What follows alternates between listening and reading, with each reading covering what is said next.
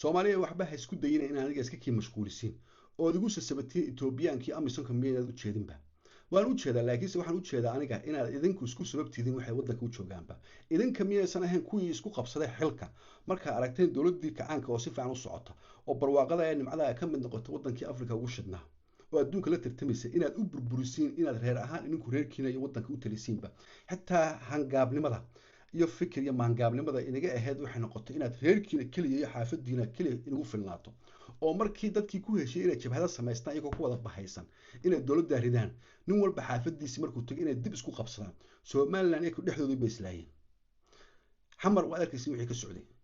laba reer oo walaalaha ayaa gamtaas ka saaray markii heshiiyey ama kala adkaadeenna waxay noqotay inuu Cabdullaahi Yuusuf u tago Ethiopiankii uu dhaho meesha xamar anaa raba inaan qabsadee